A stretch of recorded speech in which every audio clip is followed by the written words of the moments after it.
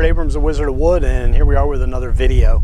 Today I want to talk a little bit about barriers, and specifically I'm going to talk about the black metal balusters, spindles, pickets, whatever you want to call them in your neck of the woods, and how you protect those when you're either cleaning, stripping, whatever you're doing with your deck. Barriers are an important thing, and what we do in deck and wood restoration and dealing with composites and all this stuff and our surroundings is we want to talk about barriers and create barriers that help protect different substrates.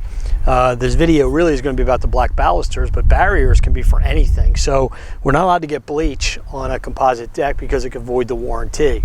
So one of the things we do is we could tarp it and so forth, but water is probably the leading and #1 barrier we're going to use on anything, whether it's landscape, whether it's pavers, concrete, anything. It's always a good idea to wet it, these surfaces, prior to starting what we're going to do, putting any kind of a cleaner, a bleach, soap, strippers, whatever, onto whatever we're going to restore or clean. So water would be our first barrier. So like for concrete, we'll actually wet the concrete. Then we actually put a canvas tarp and then probably a blue tarp. We'll double, triple protect that thing, because any stain or anything that's going to get into, or strippers, they are going to get into the concrete, can actually affect them. Strippers, a lot of the pavers are dyed, they're colored, and a stripper that we use for decks can actually take the color out of pavers. I've seen quite a few insurance claims when it comes to that. It doesn't matter what the surface is. It could be the air conditioner vent. It could be the landscape. Water's always a big one. And we could do the same thing with these, but what I always tell people when they call, and this actually came from someone who watched one of the videos and was asking about this.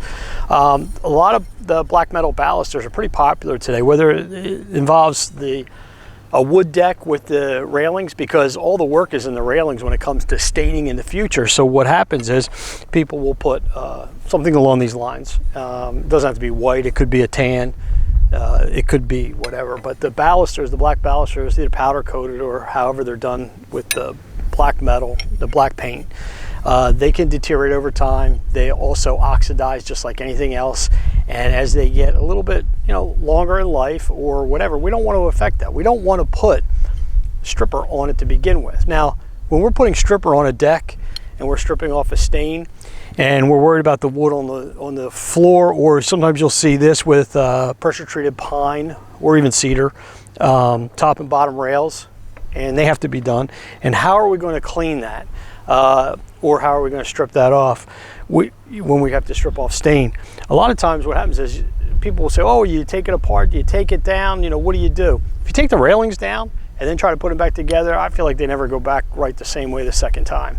So one of the things we want to do is create a barrier. You could use water, but one of the tips is, and that's why you see the glass cleaner here, is when we make up a stripping solution, it's going to probably be diluted anyway, whether it's in the bottle already ready to use that you would get at a paint store or something. It's probably not as strong. If you're going to mix something into a contractor grade liquid concentrate, or you're even using raw chemicals and mixing, you're diluting it down, #1. Then when you put it on, that's the key. You don't want that stronger solution to get on a surface that it shouldn't get on. And then when you go to rinse it with your power washer or soft washing equipment, you're going to further dilute it, and it's not going to affect anything. Most of the time, we've always been really, really successful just using water for all our surfaces. But if you're worried, you could use something with a soap and soapy water that clings, and something that's going to be vertical. But I always tell people, glass cleaner is a real good solution. And all you got to do is put that on there. And you could do that, and you don't have to, I'm just using a glass square bottle. A lot of times you could use an industrial, you can mix it. You can use simple green and put that in, dilute it to the glass cleaning solution. And all you do is spray that. And you can see how dark they are, and that's put a coating on. Now I can go ahead and put the stripper on if this is a wood deck, the wood's on the other side, this is our training deck. We could go ahead and put the stripper on there. It'll get onto the wood surface, and it won't affect this. Then when we get done, after everything's all done and we're done with it, and actually when you go to do this and you just clean them off and wipe off your glass cleaner, which I wouldn't just let it dry on there. You could, but then it just gives it a nice, they're nice and clean too.